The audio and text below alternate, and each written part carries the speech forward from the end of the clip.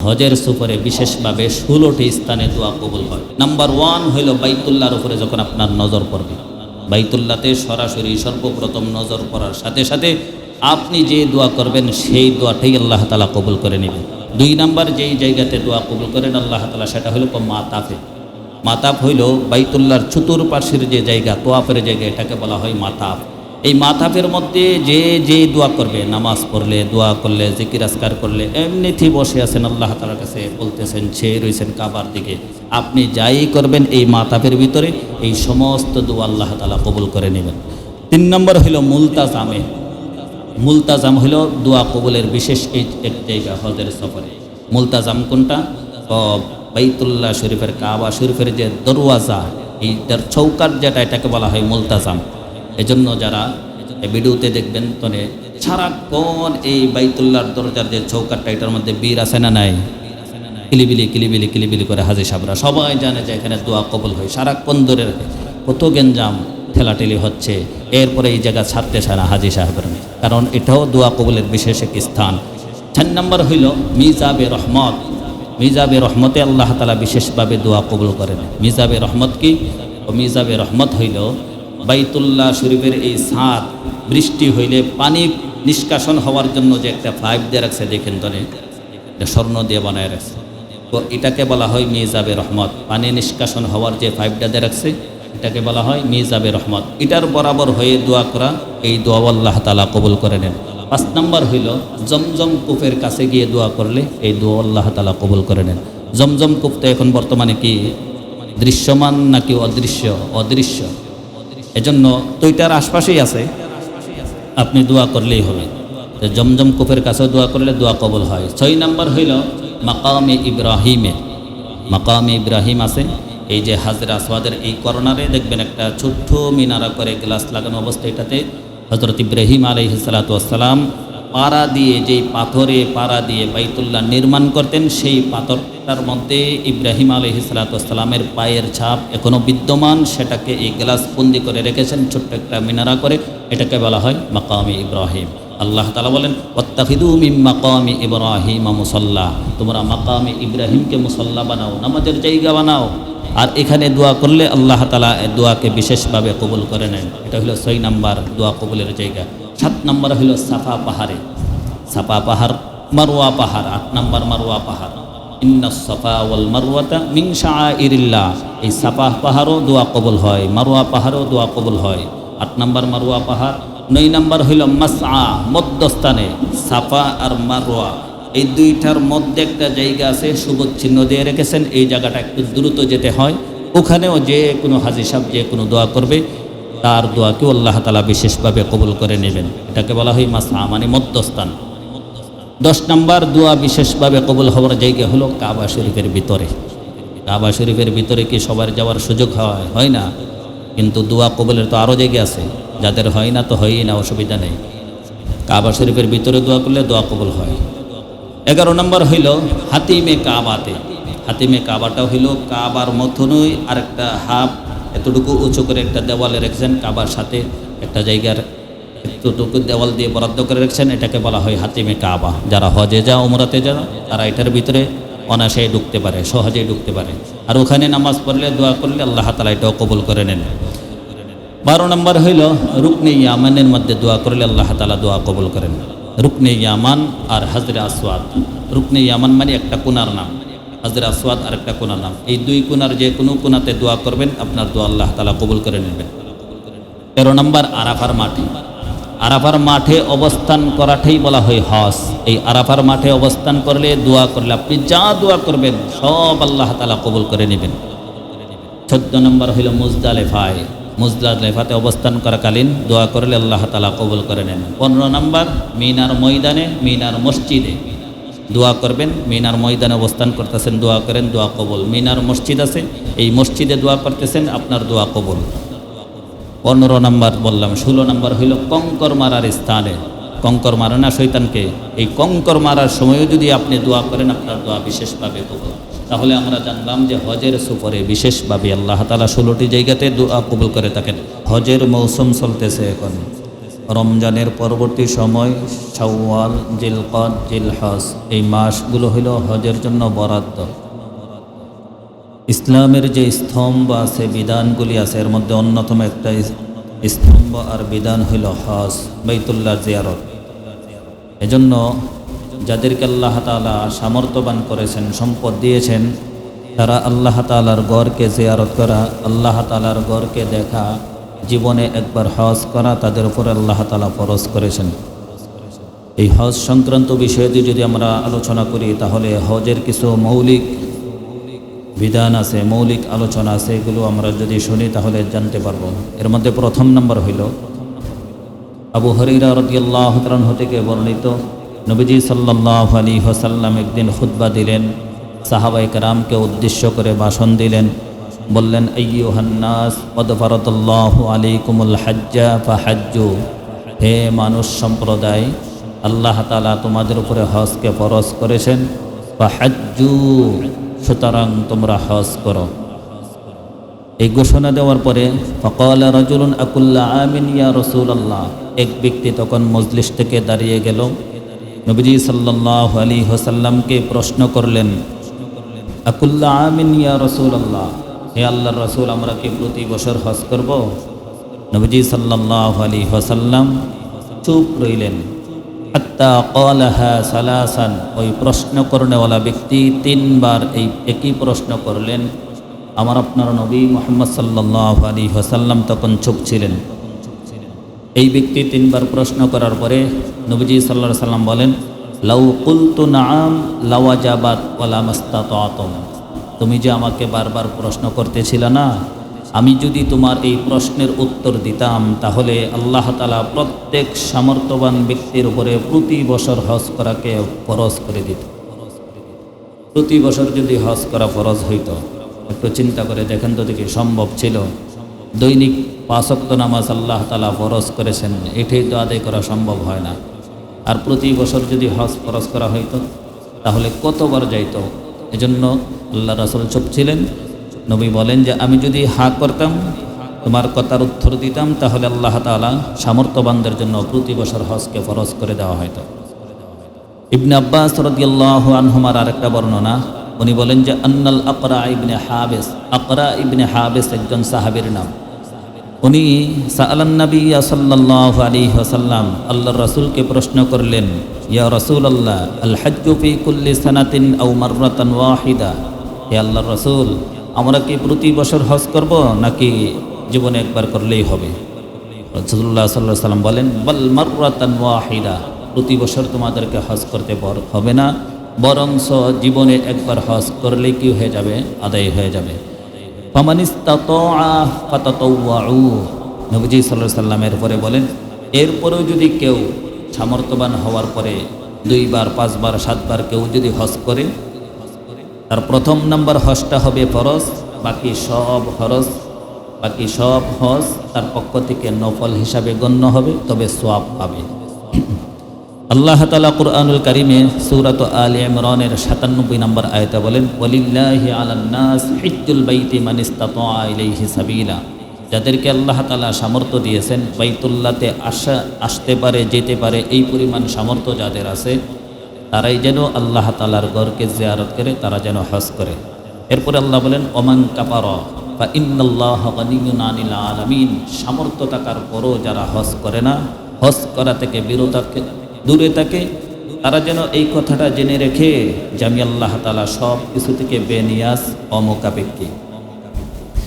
এজন্য নবীজি সাল্লাল্লাহু আলাইহি ওয়াসাল্লাম হাদিসের মধ্যে বলেন, কেউ যখন হজ করার ইচ্ছা করে, মান আরাদাল হাজ্জা ফালইয়াতাআজ্জাল, কেউ যখন হজ করার ইচ্ছা করে, ইরাদা করে, সে যেন তাড়াতাড়ি করে। ফা ইন্নাহু ক্বাদ ইয়ামরাদুল মারিদ ওয়া তাদিল্লুদ দাল্লা ওয়া তা'রিদুল হাজ্জা, নবীজি সাল্লাল্লাহু আলাইহি ওয়াসাল্লাম বলেন, কেননা সে তো জানে না সে কখন অসুস্থ হয়ে যায়। বা ইন্নাহু ক্বাদ ইয়ামরাদুল মারিদ, কখন অসুস্থ হয়ে যায় আমরা কেউ জানি না। এজন্য হজ ফরজ হলে, হজের ইচ্ছা করলে তাড়াতাড়ি করা। ওয়া তাদিল্লুদ দাল্লা, এমনও হইতে পারে যে বিলম্ব করার কারণে, দেরি করার কারণে আবার সামর্থ্য হারাও হয়ে যেতে পারে। আছে না নাই? অনেক মানুষ হজ ফরজ, হজ করে না, দেরি করতে করতে শেষ পর্যন্ত আবার গরিব হয়ে যায়।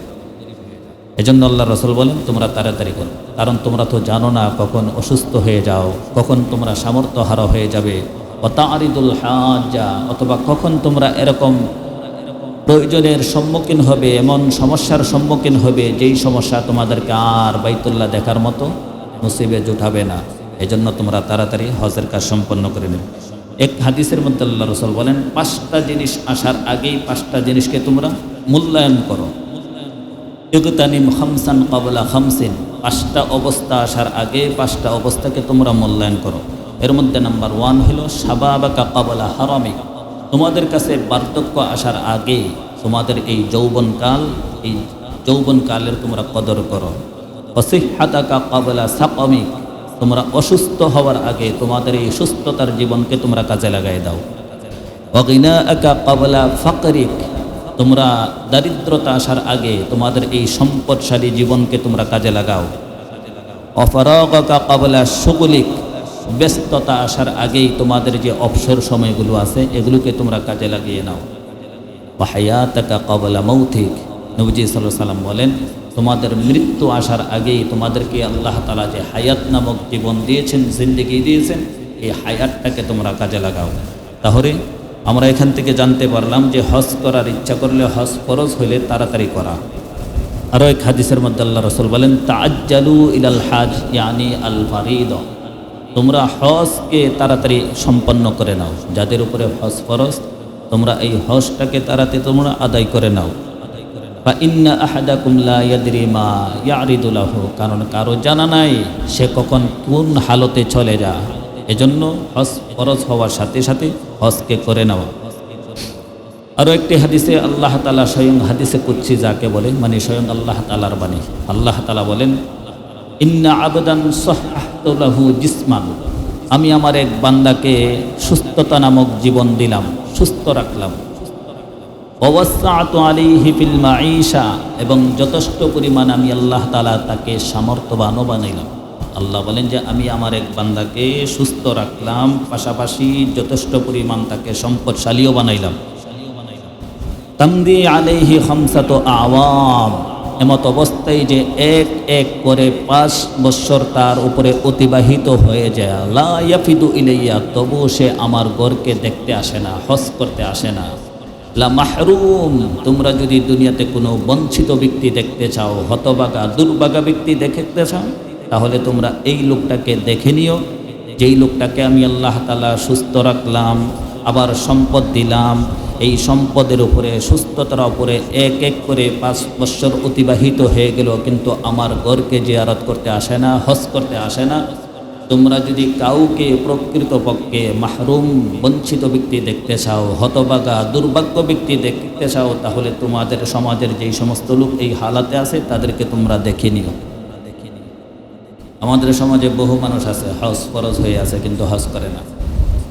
এই বছর তো মনে হয় আমাদের এই সমাজের মধ্যে কেউ নেই হাজী সাহেব যে নতুন করে হজে যাবে এরকম কেউ নেই, কিন্তু সম্পদ তো বহুত জনের আছে, বাইতুল্লাহ আসতে পারে, যাইতে পারে, এরকম সমর্থবান আছে না? নাই, আছে, কিন্তু তারা যায় না। অনেকে মনে করে আমি তো এখন যুবক, আমি কিভাবে হজে যাব, আমার ছেলে হবে, মেয়ে হবে, ছেলে বিবাহ দেব, মেয়ে বিবাহ দেব, নাতি নাতকার হবে, শেষ বয়সে যখন আমি আর চলতে পারবো না তখন আমি হাজী সাহেব হব। এখন হজ করলে কি হজ ধরে রাখতে পারবো? অনেকের ভিতরে এই কথা কাজ করে যে এখন হজ করলে হজ কি ধরে রাখতে পারবো? হজ কি ধরে রাখার জিনিস? নামাজ যেমন ফরজ, রোজা যেমন ফরজ, তদ্রূপভাবে সম্পদশালীদের উপরে আল্লাহ তাআলা হজকেও ফরজ করেছেন। এটা ধরে রাখার কোনো বিষয় না। আপনার উপরে হজ ফরজ, আপনি হজ করে নেবেন, আদায় করে দেবেন, এটাই হইল আল্লাহ তাআলার পক্ষ থেকে বিধান। দেরি না করা, দেরি করলে অনেক মানুষ দেখবেন যে বিভিন্ন সমস্যার সম্মুখীন হয়ে থাকে, বিভিন্ন সমস্যা, জেল জুলুম নির্যাতন নিপীড়ন অত্যাচার অভাব অনটন একটার পরে একটা মানে লেগেই আছে, বিপদ আপদ দূর হয় না সম্পদশালী থাকার পরও। কিন্তু এটা মাথায় আনে না যে আমার উপরে আল্লাহ তাআলা হজ ফরজ করে রেখেছেন, এই হজ যদি আমি আদায় করি তাহলে আল্লাহ তাআলা আমার এই সমস্যাগুলো থেকে আমাকে উত্তীর্ণ করে দেবেন, এই জিনিসটা তাদের মাথায় আসে না। নবীজি সাল্লাল্লাহু আলাইহি ওয়াসাল্লাম আরেক হাদিসে বলেন মান আতাকাল হাজ্জা ফালাম ইয়াহুজ্জা ফাসাওয়াউন আলাইহি ইয়াহুদিয়্যাম মাতা আও নাসরানিয়্যা, যার উপরে হজ আল্লাহ তাআলা ফরজ করেছেন, সামর্থ্যবান করেছেন, হজ ফরজ, এই ব্যক্তি যদি হজ না করে মৃত্যুবরণ করে, নবীজি সাল্লাল্লাহু আলাইহি সাল্লাম বলেন সে ইহুদি হয়ে মরুক অথবা নাসারা হয়ে মরুক, এটাতে আমার কোনো যায় আসে না। কত বড় কঠিন ধমকি না! হজ ফরজ, হজ করলো না, নবী বলেন ইহুদি হয়ে মরুক, নাসারা হয়ে মরুক, বুদ্ধ হয়ে মরুক, ইমানহীন হয়ে মরুক, তার ব্যাপারে আমার কোনো চিন্তা নাই। এরপরে আল্লাহ রসুল আরও একটা বিধান বলেছেন আমার জন্য, ইস্তামতিউ বিহাদাল বাইত ফাকাদ হুদিমা মাররাতাইন ওয়া ইরফাউ ফিস সালিসা। আল্লাহ রসুল সাল্লাল্লাহু আলাইহি সাল্লাম বলেন, তোমরা কাবা ঘরের বরকত নেওয়ার জন্য অতি দ্রুত তোমরা বাইতুল্লাহতে চলে যাও, মক্কা মদিনায় তোমরা চলে যাও কাবার বরকত নেওয়ার জন্য। কারণ ইতিপূর্বে কাবাকে দুইবার ধ্বংস করা হয়েছে। কয়বার? দুইবার। ওয়া ইরফাউ ফিস সালিসা, তৃতীয়বার যখন কাবাকে ধ্বংস করা হবে, উপরে উঠে নেওয়া হবে, তখন কিন্তু তোমরা আর ইচ্ছা করলেও তোমরা আর ওখানে যেতে পারবে না। এজন্য হজ যাদের উপরে ফরজ, দেরি না করা। হজ যারা করে তাদের সোয়াব আছে না নাই? সোয়াব। কেমন সোয়াব? হজের ফজিলত যদি আমরা জানি, নবীজি সাল্লাল্লাহু আলাইহি সাল্লাম বলেন, মান হাজ্জা লিল্লাহ ফালাম ইয়ারফুস ওয়ালাম ইয়াফসুক গুফিরা লাহু মা তাকদ্দামা মিন যামবি। হজের মধ্যে তিনটা কাজ বিশেষভাবে নিষিদ্ধ। কয়টা কাজ? তিনটা কাজ। সূরাতুল বাকারাতে আল্লাহ তাআলা বলেছেন 197 নম্বর আয়াত, ফামান ফারাদা ফীহিন্নাল হাজ্জা ফালা রাফাথা ওয়ালা ফুসুকা ওয়ালা জিদালা ফিল হজ। আল্লাহ তাআলা বলেন, যাদের উপরে হজ ফরজ এবং যারা হজে গিয়েছে তাদের জন্য তিনটা কাজ কঠিনভাবে নিষিদ্ধ। এর মধ্যে নাম্বার 1, ফালা রফাসা, তারা কোনো রফাস করবে না, রফাস। ওয়ালা ফুসুক, 2 নম্বর তারা ফুসুক করবে না। ওয়ালা জিদাল, 3 নম্বর তারা জিদাল করবে না। এবং রফাস, ফুসুক, জিদাল কারে একটু আমরা জানি। রফাস বলা হয় অশ্লীল বাক্য উচ্চারণ করা, অশ্লীলতা করা, অশ্লীল কথাবার্তা বলা। যেই অশ্লীলতা মেয়েলি কেন্দ্রিক, মেয়ে লোক কেন্দ্রিক করা হয়, এগুলোকে বলা হয় রফাস, মানে অশ্লীলতা। যেই সমস্ত কাজকর্ম নিজের বিবির সাথে করা এমনিতেই জায়েজ, এগুলোও এই হজের সফরের মধ্যে করা যাবে না। যেই সমস্ত কাজ নিজের বিবির সাথে এমনিতে করা, যেই অশ্লীলতার কথা বলতে পারেন, কিন্তু এই কাজগুলো হজের সফরে থাকলে করা যায় না, আর অন্যদের সাথে তো করা যাবেই না। এজন্য অশ্লীল বাক্য উচ্চারণ করা যাবে না, অশ্লীল কথা বলে কাউকে কটাক্ষ করা যাবে না, গালি দেওয়া যাবে না, রফাস করা যাবে না। ওয়ালা ফুসুক, কোনো ধরনের কোনো গুনাহ করা যাবে না। 2 নাম্বার গুনাহ, যে কোনো গুনাহ, ছোট বড় কোনো অন্যায় করা যাবে না। ওয়ালা জিদাল, ঝগড়া করা যাবে না। কিন্তু হজের সফরে যারা দীর্ঘ সময় হজ করেছেন, কত কথা কাটাকাটি হয়, কত কিছু হয়, আল্লাহ মাফ করুক। এখন তো মুআল্লিমরা পর্যন্ত ব্যবসায়ী পরিণত করে নিয়েছে তাদের এই বাণিজ্যকে। এজন্য যেই কথাগুলো বলে এই গ্রামগঞ্জের সহজ সরল মানুষদেরকে আকর্ষণ করে ওখানে নিয়ে যা, তাদের এই কথাগুলো তারা শেষ পর্যন্ত ঠিক রাখতে পারে না, বিভিন্নভাবে তারা হেনস্থার শিকার হন। গত 2-4 দিন আগেও দেখলাম এক লোকে বলতেছে যে আমাদেরকে যেই খাবার দিচ্ছে এই খাবার কুকুরও খায় না, গরুও খায় না। হজের সফরে গিয়ে বলতেছে এই দুষ্কার মুআল্লিমদের। এই মুআল্লিমরা তাদেরকে আকর্ষণ করে নিয়েছে, অথচ টাকা নিয়েছে ঠিকই, কিন্তু দেয় না। যারা এই সমস্ত কথা বলে তাদেরকে নিয়ে বিপাকে ফালাবে। এখন কি এখানে কথা বলা হবে না? এই কথা যে বলল, অশ্লীল কথা বলল, ফুসুক করলো, ঝগড়া করলো, এগুলো কার কারণে হইল? মুআল্লিমদের কারণে হইল। এগুলো তো তারা মাথায় রাখে না, বিভিন্নভাবে হেনস্থা করে। যারা উমরাতে যায় তাদের সাথেও করে, তারা কথা ঠিক রাখে না। এজন্য বিশ্বস্ত প্রতিষ্ঠান এই সমস্ত এলাকাতে মানে নাম তারা হয়ে গেছে, এবং অতীতে যারা হজ করেছে তাদের সাথে পরামর্শ করে আপনারা বিশ্বস্ত প্রতিষ্ঠানের সাথে, বিশ্বস্ত মুআল্লিমদের সাথে যাবেন। 10,000 টাকা বেশি লাগুক, 15,000 টাকা বেশি লাগুক, তবু বালা। কিন্তু এই 5-10 হাজার টাকা কমে নিয়ে সেরা আপনাকে যে কী কষ্ট দেওয়া হবে, এই কষ্ট আপনি মানে বর্ণনা করে শেষ করতে পারবেন না। এজন্য আল্লাহ তাআলা বলেন যে হজের মধ্যে 3টা কাজ সম্পূর্ণ নিষিদ্ধ। রফাস করা, অশ্লীলতা করা নিষিদ্ধ, ফুসুক মানে গুনাহ করা নিষিদ্ধ, জিদাল ঝগড়া করা নিষিদ্ধ।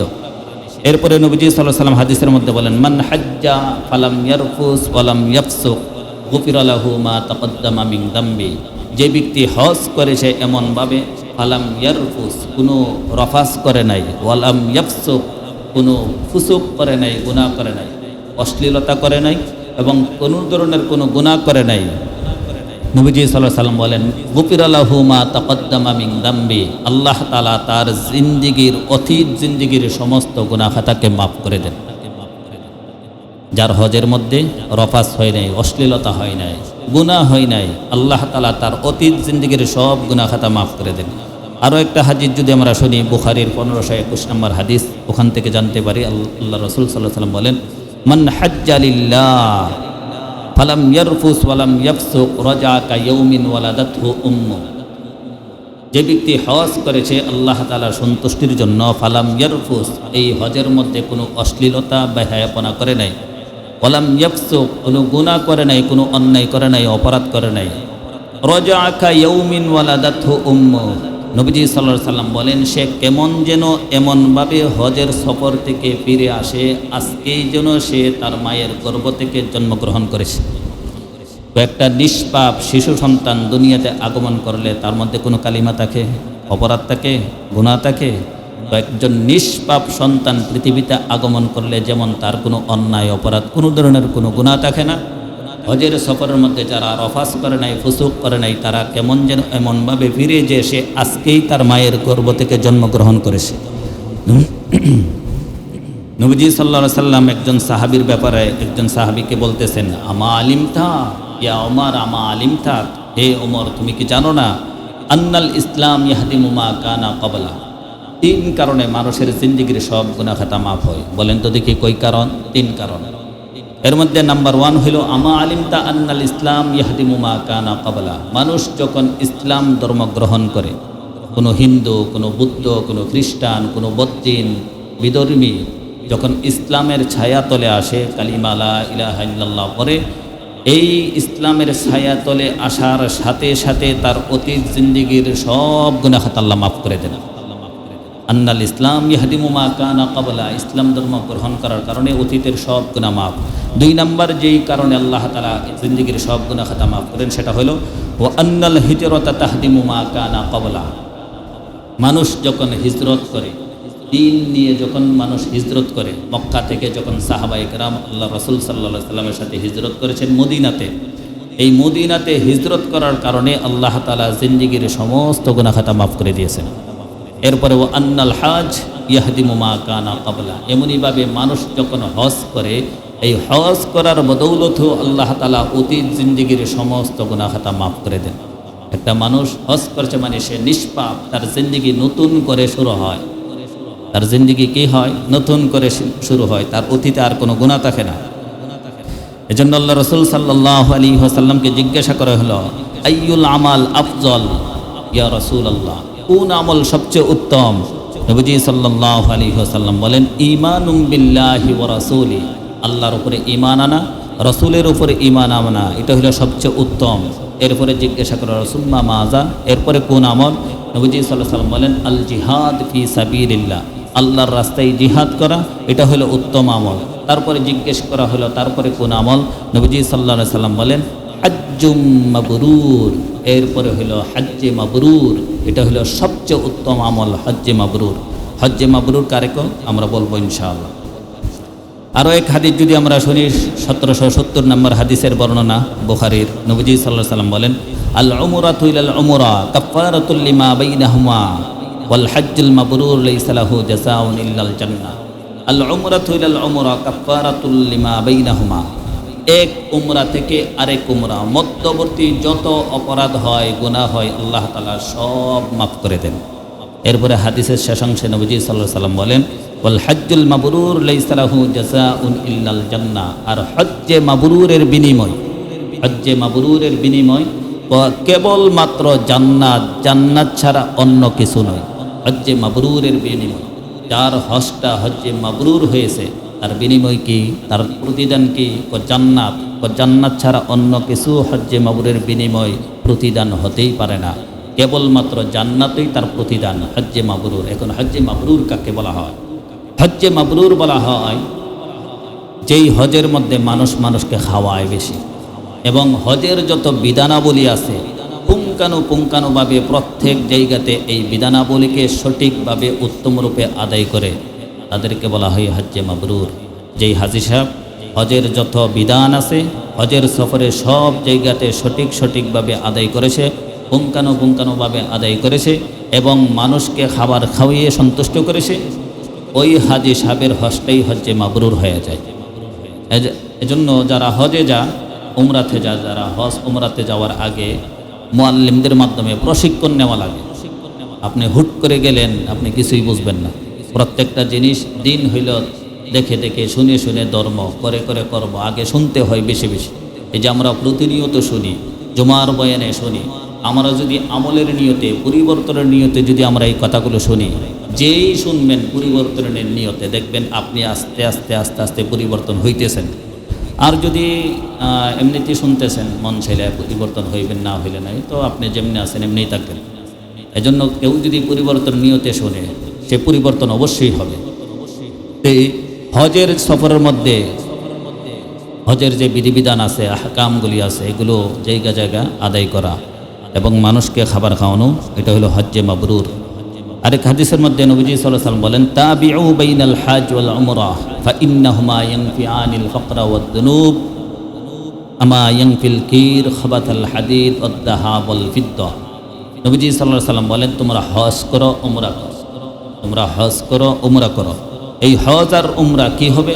ফাইন্নাহুমা ইয়ানফিআনিল ফাকরা ওয়াদ দুনুব। এই হজের মাধ্যমে, উমরার মাধ্যমে আল্লাহ তাআলা তোমাদের দারিদ্রতাকে বিমোচন করে দিবেন, দারিদ্রতা দূর করে দিবেন। কামা ইয়ানফিল খির, নবীজি সাল্লাল্লাহু আলাইহি ওয়াসাল্লাম বলেন, দারিদ্রতা দূর করবে, তোমাদের গুনাহ খাতাও আল্লাহ তাআলা দূর করে দিবেন। কামা ইয়ানফিল খির খাবাতাল হাদিদ ওয়াদ দাহাব ওয়াল ফিদ্দা। ও হাপর যেইভাবে কামারের দোকানে হাপর যেইভাবে লোহার জং পরিষ্কার করে, স্বর্ণের ময়লা পরিষ্কার করে, রূপার ময়লা পরিষ্কার করে, ঠিক তদ্রূপভাবে হজ আর উমরা জিন্দিগির যত গুনাহ খাতা আছে এগুলোকে ধুয়ে মুছে পরিষ্কার করে এবং দারিদ্রতাও দূর করে দেয়। এজন্য কোনো মতে সামর্থ্যবান হইলেই এই হজ বাইতুল্লাহ দেখা। কারণ আপনি চিন্তা করতেছেন, আপনি কিছু টাকার মালিক হয়েছেন, এখন যদি আপনি 4 লক্ষ টাকা দিয়ে, 6 লক্ষ টাকা দিয়ে, 5 লক্ষ টাকা দিয়ে, 8 লক্ষ টাকা খরচ করে আপনি যদি এখন হজ করে ফেলেন, তাহলে আপনি গরিব হয়ে যাবেন। হাদিস বলে এই হজ করার মাধ্যমে, উমরা করার মাধ্যমে আল্লাহ তাআলা দারিদ্রতাকে দূর করে দেন। আচ্ছা, এই পর্যন্ত আপনাদের সমাজে যারা হজ করে এসেছে, তারা কি হজ করার পরে গরিব হয়েছে নাকি আরো ধনী হয়েছে? হ্যাঁ, যারা হজ করে এসেছে তারা হজ করে কি গরিব হয়েছে না ধনী হয়েছে? ধনী হয়। হজ ধনী হওয়ার একটা মাধ্যম হইল হজ করা। যারা আপনারা চিন্তায় আছেন, টেনশনে আছেন যে না হজ করলে তো যাই জমাইছি তাও মনে চলে যাবে, না না, এটা ভুল ধারণা। নবীজি সাল্লাল্লাহু আলাইহি ওয়াসাল্লাম বলেন, ফাইন্নাহুমা ইয়ানফিআনিল ফাকরা ওয়াদ দুনুব। এই হজ আর উমরা তোমাদের দারিদ্রতাকে বিমোচন করে দেয়, দূর করে দেয়, ওয়াদ দুনুব, এবং গুনাহ খাতাকে দূর করে দেয়। কামা ইয়ানফিল খির খাবাতাল হাদিদ ওয়াদ দাহাব ওয়াল ফিদ্দা। যেমনভাবে হাপর লোহার সমস্ত ময়লাকে পরিষ্কার করে দেয়, স্বর্ণের সমস্ত ময়লাকে পরিষ্কার করে দেয়, রূপার সমস্ত ময়লাকে পরিষ্কার করে দেয়, ঠিক তদ্রূপভাবে জিন্দেগির সমস্ত গুনাহ খাতা, দারিদ্রতা এই হজ দূর করে দেয়, উমরা দূর করে দেয়। এজন্য যাদেরকে আল্লাহ তাআলা সামর্থ্যবান বানিয়েছেন, আপনারা অতি দ্রুত এই হজের কাজ সম্পাদন করার জন্য আপনারা চেষ্টা করেন, নিয়ত করেন, আগামী বছরই যেন আপনারা হজ করতে পারেন, এরকম প্রতিজ্ঞাবদ্ধ হন। আর না হয়ে আল্লাহ রাসূল কিন্তু ঘোষণা দিয়েছেন, হজ ফরজ, কিন্তু হজ করে না, ইহুদি হয়ে মরুক, নাসারা হয়ে মরুক, তাতে আমার যায় কিছু আসে না। আল্লাহ তাআলা বলেন, আমি আমার বান্দাকে সুস্থ রেখেছি, তাকে সামর্থ্যবানও করেছি, এরপরও এক এক করে 5 বছর অতিবাহিত হয়ে যায়, সে আমার ঘরকে দেখতে আসে না, জিয়ারতে আসে না। এ দুনিয়াবাসী, তোমরা যদি কোনো হতভাগা ব্যক্তি দেখতে চাও, মাহরুম বঞ্চিত ব্যক্তি যদি তোমরা দেখতে চাও, তাহলে তোমরা তাকে দেখে নাও। তাহলে আপনার আশপাশে যারা সামর্থ্যবান হওয়ার পরও বিভিন্নভাবে তারা এই সামাজিকভাবে হেনস্থার শিকার, অভাব অনটনের শিকার, কোনো কিছুতেই সে শান্তি পাচ্ছে না, তাকে আপনি বলে দিয়েন যে আপনি তো আসলে আল্লাহ বলেছেন আপনি হতভাগা, আল্লাহ বলেছেন আপনি দুর্ভাগা, আল্লাহ বলেছেন আপনি বঞ্চিত, তাহলে আপনি কিভাবে শান্তি পাবেন? কারণ আপনার উপরে হজ ফরজ হয়ে আছে, আপনি হজ করতেছেন না। এজন্য যাদের উপরে হজ ফরজ আমরা করবো তো ইনশাআল্লাহ। আম্মা জান আয়েশা সিদ্দিকা রাদিয়াল্লাহু তাআলা আনহা আল্লাহ রাসূলকে বলেন, নারাল জিহাদ আফজল ইয়া রাসূলুল্লাহ, জিহাদকে আমাদের কাছে সবচেয়ে উত্তম আমল মনে হয়। নবীজি সাল্লাল্লাহু আলাইহি সাল্লাম বলেন, আচ্ছা তুমি মহিলা মানুষ কি বলতে চাও বলো তো দেখি, জিহাদ তোমাদের কাছে উত্তম আমল মনে হয়? তখন আম্মা জান আয়েশা বলেন, আফালা নুজাহিদু, আমরা কি জিহাদ করব না? নবীজি সাল্লাল্লাহু আলাইহি সাল্লাম বলেন, লা, না তোমরা জিহাদ করা লাগবে না, তোমরা জিহাদের সওয়াব কোথায় পাইবা সেটা আমি বলে দিচ্ছি। এরপরে নবীজি সাল্লাল্লাহু আলাইহি সাল্লাম বলেন, লাকিন্না আফদালাল জিহাদ, তোমাদের জিহাদ করতে হবে না, হজ্জুম মাবরুর, তোমরা যখন হজ্জে মাবরুর করবা এটাই তোমাদের জন্য হজও হয়ে যাবে আবার জিহাদও হয়ে যাবে। মহিলাদের জন্য কি নাই? জিহাদ নাই। মহিলারা কি করবে? হজ্জে মাবরুর করবে, মানে মানুষকে খাবার খাওয়াবে আর হজকে প্রত্যেকটা জায়গাতে যত বিধান আছে এই বিধান সহ সে আদায় করবে, বাস তার জিহাদেরও সওয়াব হবে, হজেরও সওয়াব হবে। আরেক হাদিসে নবীজি সাল্লাল্লাহু আলাইহি সাল্লাম বলেন, যারা বৃদ্ধ, যারা শিশু, যারা দুর্বল, যারা মহিলা, তাদের জিহাদ কি? আল্লাহ রাসূল সাল্লাল্লাহু আলাইহি সাল্লাম নাসাই শরীফের 2626 নম্বর হাদিসের মধ্যে বলেন, জিহাদুল কাবীর ওয়াস সগীর ওয়াদ দাঈফ ওয়াল মারআ আল হজ্জু ওয়াল উমরাতু। নবীজি সাল্লাল্লাহু আলাইহি সাল্লাম বলেন, জিহাদুল কাবীর, বৃদ্ধদের জিহাদ, ওয়াস সগীর, শিশুদের জিহাদ, ওয়াদ দাঈফ, দুর্বলদের জিহাদ, ওয়াল মারআ, মহিলাদের জিহাদ, আল হজ্জু ওয়াল উমরাতু, হজ করা উমরা করা, হজ করা উমরা করা। মহিলা, শিশু, দুর্বল, বৃদ্ধ এই সমস্ত লোক যখন হজ করবে উমরা করবে তাদের আমল নামাতে হজেরও সওয়াব হবে, উমরারও সওয়াব হবে, পাশাপাশি জিহাদেরও সওয়াব হবে।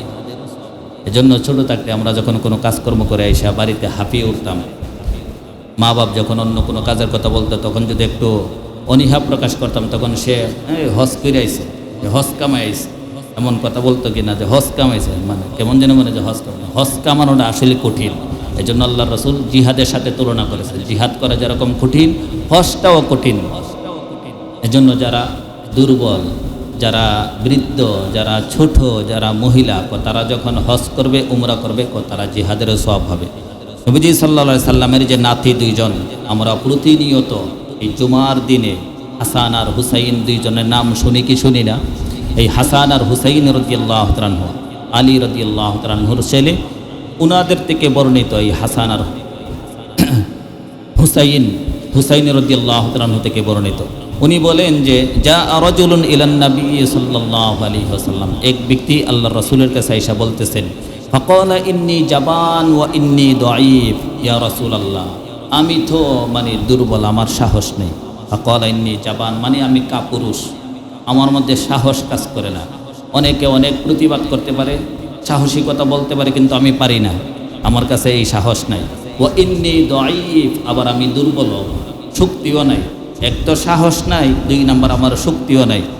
তখন আমার তো মন চাই জিহাদ করতাম, কিন্তু কিভাবে করব? নবীজি সাল্লাল্লাহু আলাইহি ওয়াসাল্লাম বলেন, হালুম্মা ইলাল জিহাদ, হালুম্মা ইলা জিহাদিন লা শাওকাতা ফি, আসো তোমাকে আমি এমন এক জিহাদে নিয়ে যাই যেই জিহাদে এতটা কষ্টের দরকার নাই, এতটা সাহসিকতার দরকার নাই, আবার এত শক্তিরও প্রয়োজন নাই, সাহসেরও দরকার নাই, শক্তিরও প্রয়োজন নাই, আসো তোমাকে এমন জিহাদে নিয়ে যাই। তো সেই জিহাদ কি? আল হজ, সেটা হইল হজ করা। সেটা কি? হজ করা। দুর্বলদের জিহাদ হজ করা, ছোটদের জিহাদ হজ করা, মহিলাদের জিহাদ হজ করা, উমরা করা, করবো তো ইনশাআল্লাহ। এরপরে নবীজি সাল্লাল্লাহু আলাইহি ওয়াসাল্লাম বলেন আরেক হাদিসের মধ্যে, আল হুজ্জাজ আল উম্মার ওয়াফদুল্লাহ, যারা হজ করতে যা এই হাজী সাহেবগণ এবং যারা উমরা করতে যা এই উমরাকারীগণ, ওয়াফদুল্লাহ, তারা দুনিয়ার কোনো সাধারণ মানুষ থাকে না। হাজী সাহেবগণ, উমরাকারীগণ ওই সফরের মধ্যে থাকাকালীন অবস্থায় তারা দুনিয়ার কোনো সাধারণ মানুষ থাকে না। ওয়াফদুল্লাহ, তারা সরাসরি আল্লাহ তাআলার প্রতিনিধি হয়ে যান। কার প্রতিনিধি? আল্লাহর প্রতিনিধি তারা হয়ে যান হাজী সাহেবগণ, উমরাকারীগণ। এরপরে হাদিসের শেষাংশে নবীজি সাল্লাল্লাহু আলাইহি ওয়াসাল্লাম বলেন, ইন দাউহু আজাবাহুম ওয়া ইন ইস্তাগফারুহু গফারা লাহুম। এই হাজী সাহেবগণ আর উমরাকারীগণ, ইন দাউহু আজাবাহুম, যার জন্য দোয়া করে আল্লাহ তাআলা তার ব্যাপারে সেই দোয়া কবুল করে নেন। ওয়া ইন ইস্তাগফারুহু গফারা লাহুম, এবং যার জন্য ক্ষমা প্রার্থনা করে আল্লাহ তাআলা তাকেই ক্ষমা করে দেন। আরেক হাদিসের মধ্যে নবীজি সাল্লাল্লাহু আলাইহি ওয়াসাল্লাম বলেন, ইয়াগফিরুল্লাহু লিল হাজ ওয়া লিমান ইস্তাগফারা লাহুল হাজ। আল্লাহ তাআলা হাজী সাহেবকে তো মাফ করেনই, উমরাকারীকে তো মাফ করেনই, ওলিমান ইস্তাগফারা লাহুল হাজ, ওই হাজী সাহেবগণ উমরাকারীগণ যার জন্য ক্ষমা প্রার্থনা করে তাকেও আল্লাহ তাআলা মাফ করে দেন। এজন্য যারা হজে যায়, উমরা করতে যায়, তাদের কাছে অন্য কিছু চাইয়েন না, শুধু বললেন যে ভাই তুমি যখন নিজের জন্য দোয়া করো কাবার কালো গিলাফে ধরে ধরে, তখন আমার কথাও বইল যে আল্লাহ তাআলা যেন আমাকে মাফ করে দেয়, আমার সমস্যার কথা তুমি বইল। আমরা তো দেখা যায় যারা হজ করতে যা, উমরা করতে যা, তাদের কাছে কত কিছুর অর্ডার দিয়ে দিই, আমার লাগে স্বর্ণ আইনেন, মোবাইল আইনেন, ও খেজুর আইনেন, অলিভ অয়েল তেল আইনেন, কত বিভিন্ন রকমের আমরা টোকেন দিয়ে দিই। না, এগুলো না করা, যেটা প্রয়োজন বেশি, সবচেয়ে বেশি প্রয়োজন, জরুরত বেশি, এটার কথা বলবেন। যে আপনি নিজের জন্য যেমন ক্ষমা চাবেন, আমার জন্য ক্ষমা চাবেন। আপনি যখন ওখানে উপস্থিত হয়েছেন সশরীরে, আমাকেও যেন আল্লাহ তাআলা এই সশরীরে উপস্থিত করে দেয়, আপনি আমার জন্য বিশেষভাবে দোয়া করবেন। কারণ হাদিস বলে হাজী সাহেব নিজের জন্য দোয়া করলো কবুল, আবার যার জন্য দোয়া করেন তার ব্যাপারেও আল্লাহ তাআলা তার দোয়াকে কবুল করে নেন। এজন্য হাজী সাহেবদের কাছে আমরা কি চাইব? ক্ষমা প্রার্থনার দোয়া চাইব, আমাদের মাফের জন্য দোয়া চাইব যে আল্লাহ যেন আমাদেরকে মাফ করে দেয়। এরপরে আইনা কোনো হাজী সাহেব যখন কাউকে এই জমজমের পানি দেয়, খেজুর দেয়, এটাকে একেবারেই সাধারণ মনে করে মানুষ, কিচ্ছু দিছে না, পানি দিছে, খেজুর দিছে। এই পানি আর খেজুরকে আপনি কি মনে করেছেন? আরে জমজমের পানি তো পৃথিবীর সেরা পানি, শ্রেষ্ঠ পানি, যেই পানি খাদ্য মানে নিবারণ করে, পিপাসা নিবারণ করে, আবার কেড়ে খিদাও নিবারণ করে। আপনার পেটে খিদা, এই পানি খেলে খিদা নিবারণ হবে। আপনি পিপাসার্ত অবস্থায় আছেন, এই পানি খেলে আপনার পিপাসাও দূর হবে। দুটোই এটা দূর করে, এটা হলো জমজমের পানি। এবং হাদিস বলে আপনি যেই নিয়তে এই জমজমের পানি পান করবেন, আল্লাহ তাআলা আপনার সেই নিয়তই পুরা করে দিবেন। আমরা তো নিয়তই ঠিক থাকে না, যে পানি তো সবসময় খাই, এই পানি দিছে আর এটা কী হয়েছে, তো না না। এজন্য মুহতারাম, হাজী সাহেবদের কাছ থেকে উমরাকারী যারা, তাদের কাছে আমরা বিশেষভাবে শুধু দোয়া করব, দোয়া চাইব। ওনারা যখন এই সফরের মধ্যে থাকেন, হজের সফরে থাকা অবস্থায় বিশেষ কিছু জায়গা আছে, ওই জায়গাগুলোতে যখন ওনারা উপস্থিত হন আর আল্লাহ তাআলার কাছে কাইমনোবাক্যে দোয়া করেন, আল্লাহ তাআলা তাদের প্রতিটা দোয়াকেই কবুল করে নেন। এজন্য হজের সফরের মধ্যে বিশেষভাবে দোয়া কবুলের কিছু স্থান আছে। এই স্থানগুলিও হাজী সাহেব যারা হজ করতে যা, উমরাকারী যারা উমরা করতে যা, তারা বিশেষভাবে লিখে নেওয়া দরকার। ওখানে গেলে যখন এই জায়গাতে অবস্থান হওয়াকালীন সময়ে যেন তারা বেশি বেশি দোয়া পড়তে পারে। এখন তো হজের সফর, উমরা সফর অনেকেই এটা বাণিজ্যের পরিণত করে ফেলেছে। যাওয়ার সময় দুনিয়ার জিনিস নিয়ে ওখানে সাপ্লাই দেয়, আওয়ার সময় আবার দুনিয়ার জিনিস নিয়ে আসে এই দেশের মধ্যে। যাওয়ার সময় জর্দা, বিড়ি, তামাক, সিগারেট যা আছে সব ওখানে নিয়ে সাপ্লাই দেয়, ভরে ভরে নিয়ে যায়। মুআল্লিমরা সবচেয়ে বেশি এই জিনিসটা করে। মুআল্লিম যারা আছে প্রত্যেকটা যাত্রীর সাথে জর্দা দিয়ে দিব, প্রত্যেকটা যাত্রীর সাথে তামাক দিয়ে দিব, ওটা ওখানে নিয়ে দিব, ওনাকে বেশি বেশি টাকা পাবে।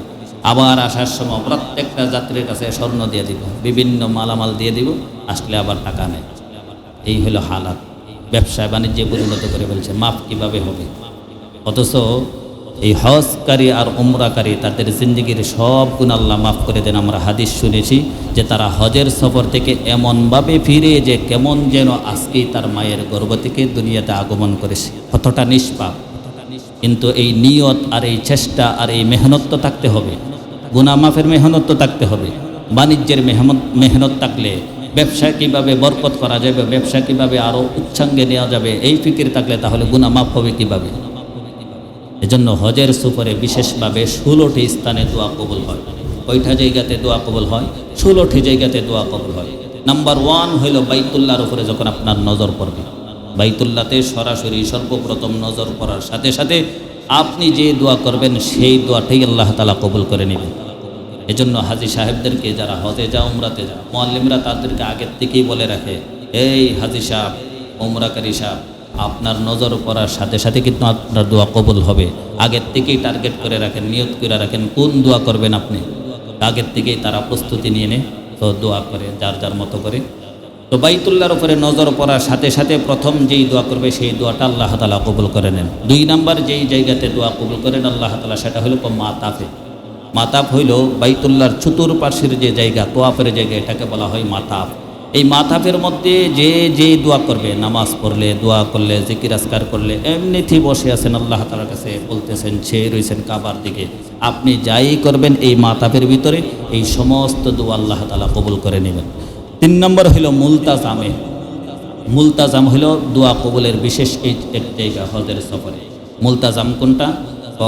বাইতুল্লাহ শরীফের, কাবা শরীফের যে দরওয়াজা, এইটার চৌকাট যেটা, এটাকে বলা হয় মুলতাজাম। এজন্য যারা ভিডিওতে দেখবেন তনে সারাক্ষণ এই বাইতুল্লাহর দরজার যে চৌকাটটা, এটার মধ্যে বীর আছে না নাই?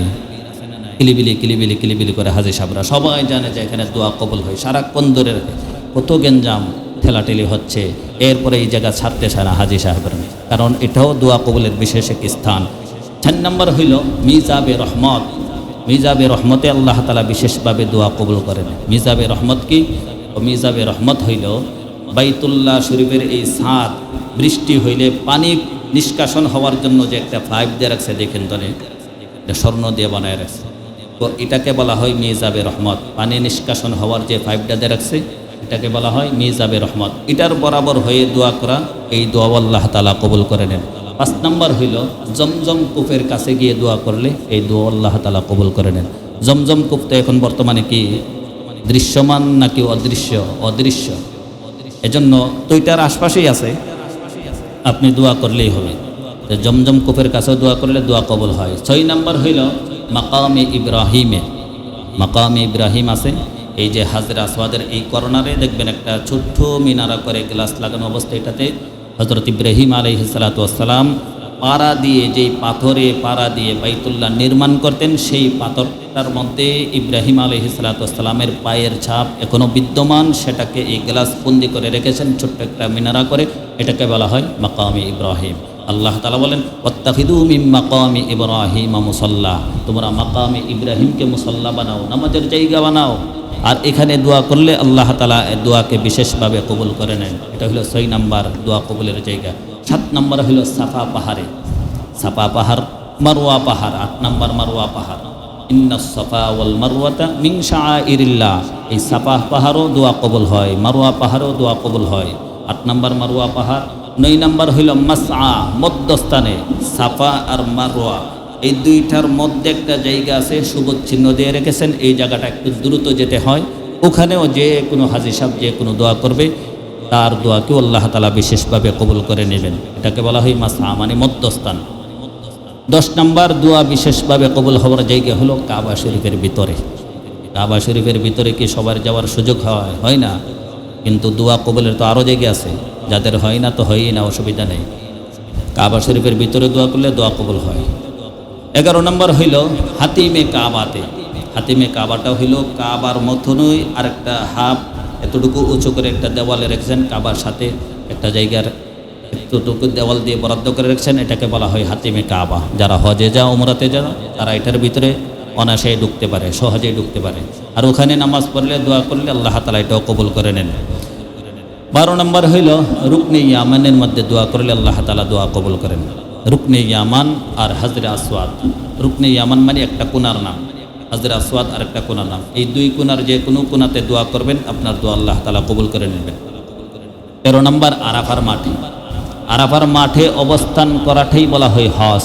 এই আরাফার মাঠে অবস্থান করলে, দোয়া করলে, আপনি যা দোয়া করবেন সব আল্লাহ তাআলা কবুল করে নেবেন। 14 নম্বর হইল মুজদালেফায়। মুজদালেফাতে অবস্থান করাকালীন দোয়া করলে আল্লাহ তাআলা কবুল করে নেন। 15 নম্বর মিনার ময়দানে, মিনার মসজিদে দোয়া করবেন। মিনার ময়দানে অবস্থান করতেছেন, দোয়া করেন, দোয়া কবুল। মিনার মসজিদ আছে, এই মসজিদে দোয়া করতেছেন, আপনার দোয়া কবুল। 15 নম্বর বললাম। 16 নম্বর হইল কঙ্কর মারার স্থানে। কঙ্কর মারে না শয়তানকে, এই কঙ্কর মারার সময়ও যদি আপনি দোয়া করেন, আপনার দোয়া বিশেষভাবে কবুল। তাহলে আমরা জানলাম যে হজের সফরে বিশেষভাবে আল্লাহ তাআলা 16টি জায়গাতে দোয়া কবুল করে থাকেন। এর মধ্যে 1 নম্বর হইল বাইতুল্লাহর উপরে নজর পড়লে, 2 নম্বর মাতাফে, 3 নম্বর মুলতাজাম, 4 নম্বর মিজাবে রহমতে, 5 নম্বর জমজম কূপের কাছে, 6 নম্বর মাকামে ইব্রাহিমে, 7 নম্বর সাফা পাহাড়ে, 8 নম্বর মারওয়া পাহাড়ে, 9 নম্বর মাসআ মধ্যস্থানে, 10 নম্বর কাবা শরীফের ভিতরে, 11 নম্বর হাতিমে কাবার মধ্যে, 12 নম্বর রুকনে ইয়ামিন এবং হাজরে আসওয়াদের মধ্যে, 13 নম্বর আরাফার মাঠে, 14 নম্বর মুজদালিফায়, 15 নম্বর মিনার ময়দানে এবং মিনার মসজিদে, 16 নম্বর কঙ্কর মারার স্থানে। আমাদেরকে আল্লাহ তাআলা যাদেরকে সামর্থ্যবান করে রেখেছেন, আমরা যদি যেতে পারি, ওই জায়গাগুলি যদি আপনি স্বচক্ষে দেখবেন, আপনার অনুভূতি হবে ভিন্ন। যেই কাবা শরীফের দিকে সারাটা জনম ওই দিকে ফিরে নামাজ পড়েছেন, আপনি যখন সালাম ফিরেই দেখবেন সেই কাবা সরাসরি আপনার সামনে, তখন আপনার কাছে কেমন অনুভূতি হবে? বিষয়টা ভিন্ন না? জন্য সবাই নিয়ত করেন, চেষ্টা করেন, কোনো মতে যখন সামর্থ্যবান আপনি হবেন, কোনো মতে হয়েছেন, আসা যাওয়ার বাড়াটা হয়েছে, আর ওখানে অবস্থান করাকালীন সময়ে যেই খরচের দরকার, পরিবারের এই পরিমাণে খরচ আছে, বাস আপনি উমরায় চলে যান, আপনি হজে চলে যান। আপনার চোখ যদি এই দুই কাবা শরীফই না দেখলো, তাহলে দেখলোটা কি? আল্লাহ তাআলা যে দুইটা চোখ দিয়েছেন, এজন্য মুহতারাম, যাদেরকে আল্লাহ তাআলা সামর্থ্যবান বানিয়েছেন, সবাই কাবা শরীফ দেখার নিয়ত আছে তো ইনশাআল্লাহ?